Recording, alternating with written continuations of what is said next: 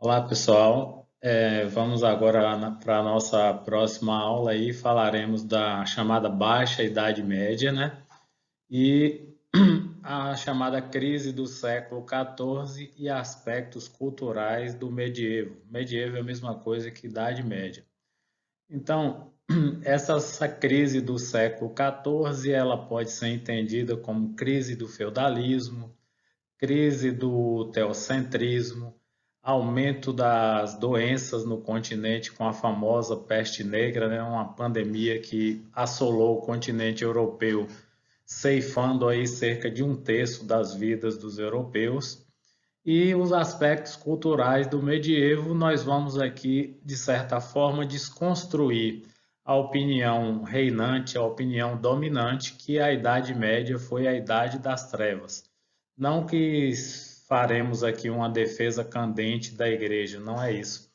Mas é mostrar aspectos culturais que foram preservados em decorrência da apropriação de todo acervo, de quase todo, melhor dizendo, acervo cultural pela igreja. Então, sinteticamente, nós podemos dizer que o final da Idade Média é marcado por uma enorme crise, seja ela social, política ou econômica, escudada aí numa tríade, né? A Guerra dos 100 Anos, a peste negra e a fome.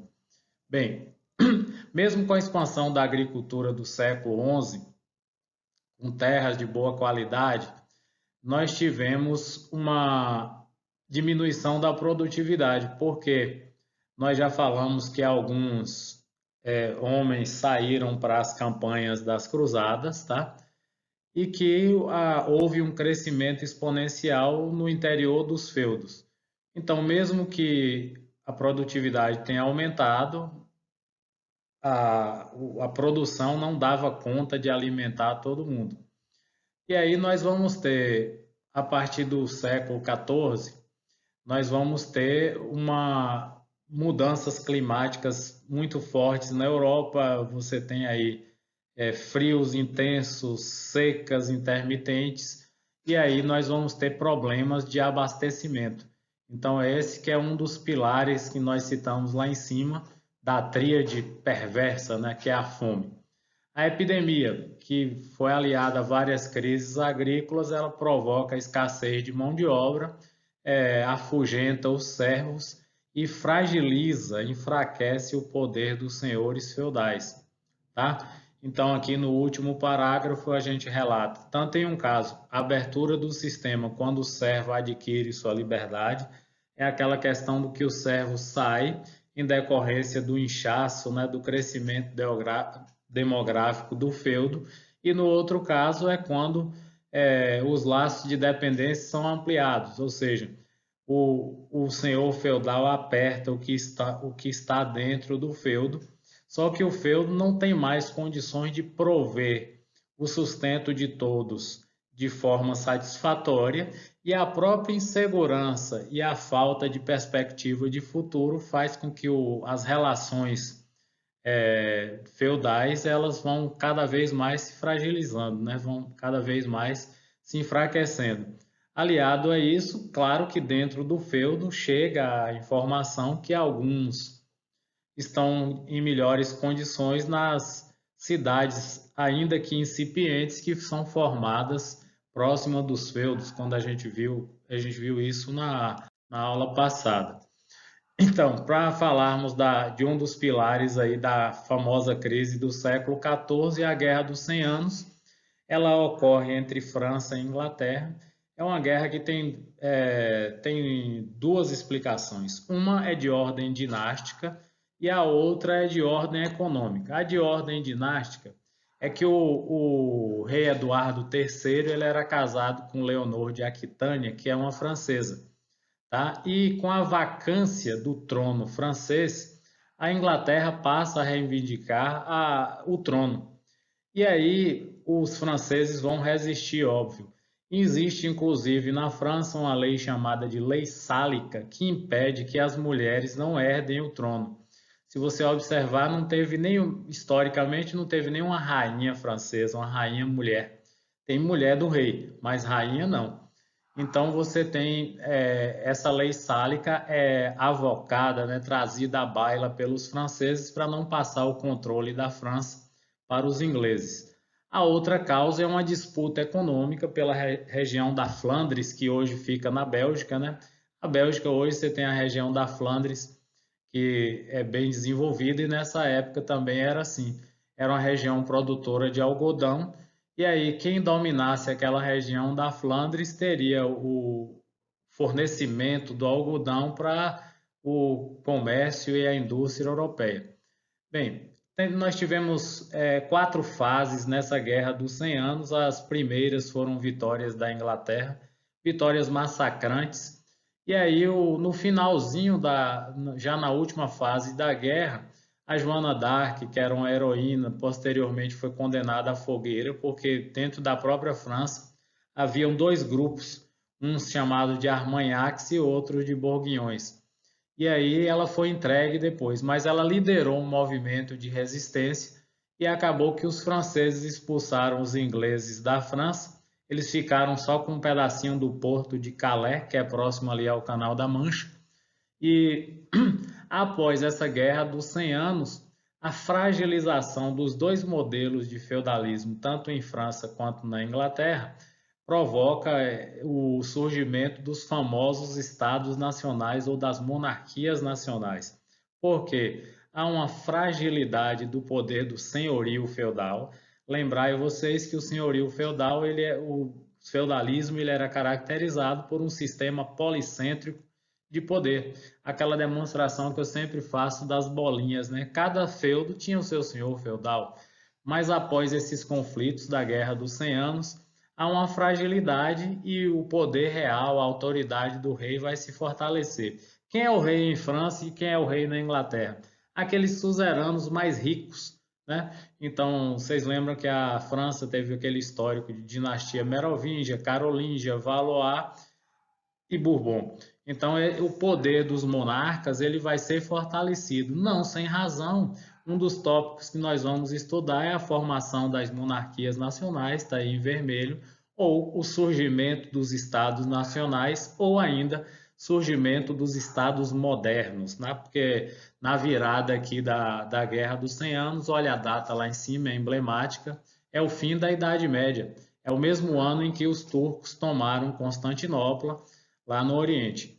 Então, a guerra prejudica a economia, todo mundo sabe, fragiliza a nobreza, como nós falamos, fragiliza o poder político e aí abre caminho para a formação de estados nacionais. Então, a Guerra dos 100 Anos, ela favorece ao surgimento dos estados nacionais. Bem, agora vamos passar a analisar o papel da igreja durante esse finalzinho da Idade Média. Falaremos do início, depois do fim. Então, a igreja, todos sabem que ela controlava as mentalidades durante a Idade Média. O teocentrismo é a principal tendência filosófica, né, política, social na Idade Média. Então, a igreja ela participa de todos os setores da vida no medievo. Então, a organização econômica, a igreja é detentora de cerca de 1/4 ou 1/3 das terras durante a Idade Média. A coesão social é garantida por um posicionamento ideológico que justifica a relação exploração senhor-servo. Então, a igreja ela vai dizer que aquilo era normal. E a legitimação da dominação política e nas manifestações culturais. Por que legitimação da dominação política? Na França, por exemplo, vocês sabem que o clero era 1% da população, 2% era nobreza, 97% eram burgueses. E o clero não pagava impostos, então eles tinham isenção tributária. Se você controla a economia, controla a política, controla as mentalidades, você controla tudo. Então, o clero ele se dividia em dois braços, 2 ramos. O clero secular, que vivia em contato com os fiéis, é o chamado baixo clero, e o clero regular, que vivia nos mosteiros, isolado do mundo, tá? Aqui é isolado, tá aí isolando, isolado do mundo, fazendo os estudos monacais, né? Os mosteiros são chamados também de monastérios, obedecendo regras. Então você tinha várias ordens, os beneditinos de São Benedito, os franciscanos de São Francisco, os dominicanos de São Domingos, São Carmelo e por aí vai. O topo da hierarquia eclesiástica é o Papa. Né? Dois tipos de poder o Papa era detentor: o espiritual, que é a autoridade religiosa máxima, e o poder temporal. Olha aí, o poder temporal é participar da vida política, afinal de contas, a igreja também é um Estado, né? É um Estado religioso. Então, você tem grandes extensões de terra, você tinha que administrá-la, tá certo? Com mão de ferro. E aí a igreja ela confundia-se com o Estado normal, assim como tinha a França, a Inglaterra, você tinha também a igreja. O exercício do poder temporal, ou seja, quando ela sai da investidura religiosa e passa para a investidura temporal, ela se envolve em questões políticas, como a célebre querela das investiduras. Explico. Querela ou questões das investiduras era prerrogativa que alguns imperadores tinham no Sacro Império Romano Germânico de indicar bispos e padres, algo parecido ali com o padroado da primeira Constituição monárquica brasileira. Então a igreja passou a questionar esse poder da investidura pelos príncipes alemães e houve várias disputas entre os príncipes alemães e a própria igreja. Chegou-se a um consenso com a chamada Concordata de Worms, ou Worms, em que a igreja fez um acordo com os príncipes que passou a funcionar da seguinte maneira: a igreja indicava o prelado, né, o bispo, o padre, e aí o imperador, o duque, quem quer que seja lá no Sacro Império Romano Germânico, ele dava a anuência. Então, o que que acontece? Era uma escolha bipartida, né? Então, a igreja escolhia, se fosse da concordância do imperador, o padre, o bispo, o prelado, ele era nomeado. Essa que foi a querela das investiduras ou questão das investiduras. Bem, aqui nós vamos desconstruir, como eu falei, o termo Idade das Trevas, né? Porque representa uma visão distorcida do medievo. Esse preconceito contra a Idade Média ele surge no Iluminismo. O Iluminismo nós vamos estudar, já estudamos no primeiro ano. Ele é um movimento que ele não é ateísta, mas ele é anticlericalista, ele é contra o clero. Então, um dos enciclopedistas lá do Iluminismo, que chamava-se Denis Diderot, o Diderot falava que a igreja é uma função de atraso. O próprio Voltaire tem aquela frase que atribui a ele, nós não podemos garantir que foi ele que disse, que o mundo só seria bom quando o último padre fosse enforcado nas tripas do último absolutista. Enfim, havia um mal-estar, um desrespeito, um descontentamento por parte dos iluministas com relação à igreja, ao clero. Portanto, esse preconceito foi difundido pelo iluminismo, porque a burguesia, que é a condutora do iluminismo, ela crava essa signagem, né? Ela sinaliza a igreja e a Idade Média como Idade das Trevas, mas não foi bem assim, veremos mais adiante. Então, a educação era controlada pelo clero, que você tinha o domínio nas escolas, dos mosteiros, escolas paroquiais e as universidades. Bem, as universidades elas foram criadas numa parceria entre a burguesia e a própria igreja. A primeira universidade fundada no mundo ocidental foi a Universidade de Bolonha, no século XI, na futura Itália, na região da Itália. Então, uma das explicações pelas quais a burguesia pretendia criar uma universidade era para ampliar seus negócios, entender de noções de contabilidade, explicações para o mundo temporal. Tudo isso estava relacionado ao crescimento da burguesia. Nós vimos lá que a burguesia ela desperta no renascimento comercial e urbano e veremos também no renascimento cultural, que é um movimento tipicamente burguês de cidades ricas. Né? Então, a expansão das universidades está relacionada ao crescimento das cidades e ao próprio crescimento da burguesia comercial. Inicialmente, as universidades elas tinham uma formação, os cursos eram bastante humanísticos, né? Predominando a teologia, filosofia, letras, ciências, direito e medicina. o ensino era ministrado em latim. Então, como a primeira escola foi, a primeira universidade, ela foi nas terras italianas, e você percebe que nós, portugueses, brasileiros, que fomos colonizados por portugueses, temos essa origem ibérica e latina, né, do nosso idioma, o português. Então, isso aqui, o ensino era ministrado em latim, né, e as primeiras universidades, elas tinham vocação humanista. Bem, na literatura, nós podemos falar que havia uma preocupação com a cristandade, olha aí, sempre você estuda isso também na disciplina de literatura.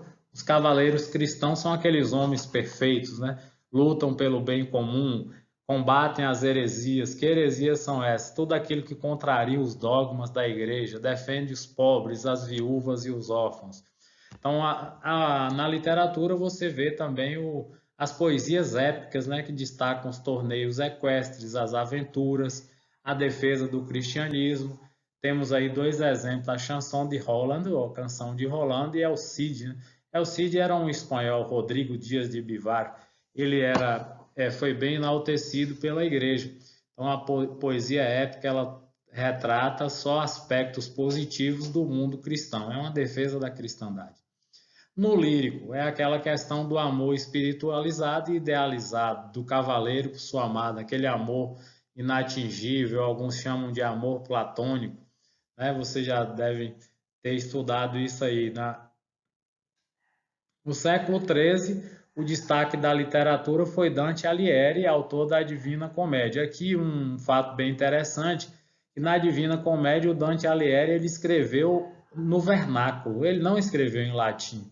Então ele era ali da região da Toscana, ele escreveu no vernáculo. Alguns dizem que ele foi o precursor da língua italiana. Então a Divina Comédia, nessa época, você tinha dois tipos de textos literários, as comédias e as tragédias. As tragédias, como o nome está dizendo, elas não terminavam, nem sempre terminavam com um final feliz, mas as comédias sim. Embora a Divina Comédia ela trata do inferno, do purgatório, mas ela tem um final feliz, né? Esse livro do Dante Alighieri é considerado um precursor da língua italiana. A pintura, você tem aí a divulgação de temas religiosos, aí você já está numa fase aí de pré-renascimento. Você tem Cimabue e o Giotto, que são pintores ligados à igreja, às coisas da igreja, da religiosidade. A escultura nessa época tinha função decorativa e também fundada em valores religiosos. A arquitetura era ligada a dois estilos, o românico e o gótico. O estilo românico é aquele estilo mais fechado, as igrejas têm paredes grossas, com poucas janelas, estimulando mesmo aquela sensação de insegurança que o homem do medievo ele tinha.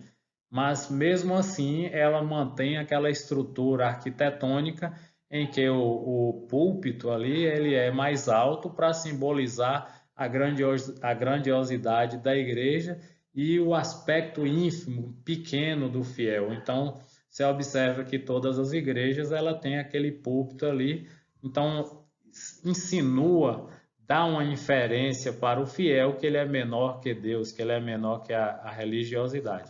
E o gótico, as igrejas, elas já começam a aparecer com maior luminosidade, mais janelas, os pórticos e as ogivas são mais altos, você tem uma luminosidade. Então, essa parte aí do gótico já é ali a virada mesmo da Idade Média, quando a igreja também está perdendo poderes. Então, nós temos aí exemplos do estilo românico e do gótico. A Catedral de Girona, na Espanha, tem lá no livro de vocês, é um exemplo do românico. Ela é uma catedral fechada, abóbadas arredondadas, tá? Paredes maciças e bastante escura. Então, no gótico, você tem o arco ogival, o arco em ponta, né? Luminosidade, os vitrais. Então, isso já está na virada ali da Idade Média. Um exemplo do gótico é a Catedral de Notre-Dame em Paris, que teve incêndio aí recentemente. Vamos lá para a música, né? Sempre divulgando valores cristãos, o Gregório Magno implantou o canto gregoriano. Na música popular, as canções trovadorescas, os temas eram os ideais cristãos. Você estuda também tudo isso lá em literatura. Tá? Então você observa que a igreja ela controlava as mentalidades, mas ela também ela contribui para a preservação de todo esse acervo da arquitetura, da pintura, claro que ela vai dar o seu viés teocêntrico. E na filosofia, a filosofia o principal defensor da filosofia da igreja, a filosofia cristã, é o Santo Agostinho lá atrás, no século IV. Mas aqui na Idade Média nós temos aí o Tomás de Aquino, né? Ele escreveu um livro Suma Teológica e que esse livro Suma Teológica, ele é a centralidade dele é a conciliação entre a razão e a fé. Então, geralmente, quando cai essas questões em Enem, em vestibulares, ela vai te perguntar qual é a centralidade da escolástica. Aí você já sabe que é a conciliação da razão e a fé. Por que ele tinha essa preocupação em conciliar a razão e a fé? Até por essa ambiência que predominava na Idade Média de decadência dos valores teocêntricos. Então, era de bom tom que a igreja pudesse se adequar a esses novos ares, a essa nova mentalidade que estava surgindo na Europa, um crescimento da burguesia, o renascimento comercial, o renascimento urbano, a própria peste da época que, assim como agora, alguns valores vão sendo jogados por terra. Então, tudo isso contribuiu sobremaneira para a fragilização da igreja. Tá? Ele escreveu esse livro, ele tinha muita ligação com a teoria aristotélica, enquanto o Santo Agostinho ele era mais platônico, platonista, o Tomás de Aquino ele era mais aristotélico. Mas a centralidade, lembrem bem disso, é a conciliação da razão e da fé. Tá? Com relação à ciência, o Roger Bacon ele defendia a observação e a experimentação como os vetores da ciência, né? Então aqui você começa já no século XIII, né? Com o empirismo, com a experimentação, tudo isso, tá? Então vou rapidinho vou falar aqui da peste negra. A peste negra, os livros geralmente trazem, que é um dos pilares lá da tríade perversa do final da Idade Média. Geralmente trazem que os navios eles vinham com muitos ratos que eram picados pelas pulgas que posteriormente carregavam esse vírus que vinha do rato para os humanos. Mas o Jacques Le Goff, que é um grande medievalista, nos livros dele, por exemplo, a Civilização do Ocidente Medieval, ele crava lá que o principal vetor de transmissão da peste negra era o homem. Se você fizer um comparativo com o que ocorre hoje com a pandemia aí do SARS-2, o coronavírus, você vai perceber que o Jacques Le Goff tem razão. Quem é o principal vetor de transmissão da pandemia atualmente? É o homem. O vírus pode ter escapado lá por uma falha biológica no laboratório de Wuhan, ele pode ter brotado do comércio informal de animais silvestres também no mercado de Wuhan? Pode. Qualquer causa pode ser atribuída. Posteriormente ficaremos sabendo. Mas de uma coisa nós temos certeza: o principal vetor de transmissão realmente foi o homem. Então Jacques Le Goff crava, porque nessa época a peste negra ela também veio do Oriente. Então os ratos eles saíam da terra e através daquela escada nos cais de atracação eles subiam e iam para o navio em busca de comida, de alimentos. E aí as embarcações com baixas condições sanitárias, o resto a gente já sabe. Tem o nome de peste negra por conta dos bubões, os bubões que se formavam nas virilhas e próximas axilas dos homens. Quando ela era muito letal, em 2 dias matava. E quem conseguia sobreviver mais tempo, eram 7 dias, morria, né? Virava cadáver. Então, como foi que conseguiram debelar a epidemia da peste negra. Pandemia quando dá no mundo inteiro, em várias regiões, a epidemia da peste negra. Com o isolamento. Então, em Milão, formou-se uma ilha que levava todo mundo para lá. Era uma espécie de campo de concentração, vamos usar essa expressão meio forte, mas foi com o isolamento. Então, daí você observa que a história econômica, a própria história, ela nos dá subsídios ou subsídios para o procedimento que é adotado atualmente. Então, o isolamento foi a medida encontrada ali na região de Milão, de Gênova, para que a epidemia de peste negra fosse debelada. E só para repetir o que eu já falei lá atrás, ela dizimou 1/3 da população da Europa. Agora, esse terço é que é difícil medir. Entre 50 milhões e 200 milhões, você vai achar aí essas cifras em vários livros, esses números. Mas o fato é que a população da Europa ela realmente foi reduzida e a partir da peste negra as relações também mudaram, como agora é previsto que haja uma mudança, né? As aglomerações, as pessoas não querem mais se aglomerarem e tal. Tem um livro bacana do Sidney Chalhoub, que era um historiador da Unicamp, hoje ele é professor de Harvard. Ele diz que a peste, ela aqui no Brasil também, durante o segundo reinado, bem antes da revolta da vacina, ocorria várias doenças. E aí, naquela época, chamava as pestes de miasmas, né? Então, a adoção daquele projeto lá, já durante a revolta da vacina, de ampliação das ruas, o enlarguecimento dos bulevares nos moldes de Paris, era para que os miasmas, ou seja, miasmas eram os vírus da época, não circulassem. E aí o Sidney Chalhoub ele faz uma crítica ao próprio desenvolvimento do capitalismo. Ele diz que essa globalização desenfreada, esse capitalismo desenfreado, além de aumentar a circulação de mercadorias, aumenta também a circulação de mercadorias e pessoas, aumenta também a circulação de vírus e bactérias. É bem interessante isso que ele coloca aí. O nome dele é Sidney Chalhoub e ele tem um livro chamado A Febre, tá? Então, amigos, ficamos por aqui. Lá no mural vocês encontrarão os exercícios que faremos com relação a essa aula. Tenham uma boa aula e bons estudos.